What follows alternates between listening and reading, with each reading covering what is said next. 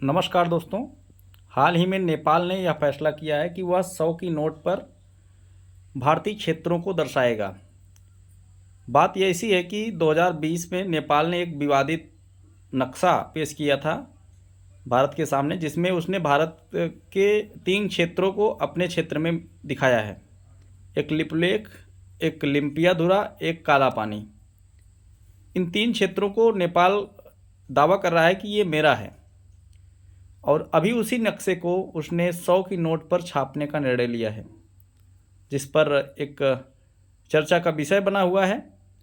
बात ऐसी है कि एक भारत और उस समय के अंग्रेज़ों के बीच में, जो भारत में अंग्रेज रह रहे थे, 1815 में एक संधि हुई थी अंग्रेज़ों और नेपाल के बीच में, कि उसको सुगौली का संधि के नाम से जाना जाता है।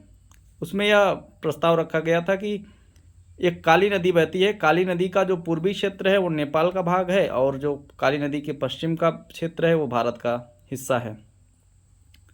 1950 के बाद जब भारत आज़ाद हुआ तो भारत ने इस संधि को जो है मानने से इनकार कर दिया, और इन क्षेत्रों को जो है भारत अपना मानने लगा।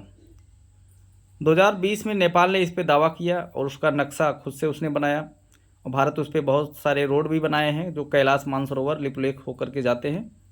तो ये सारा विवाद इस समय आया है।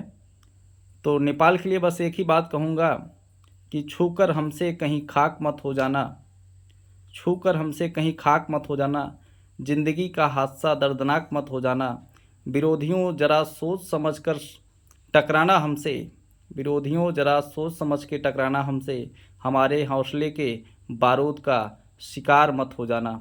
धन्यवाद दोस्तों।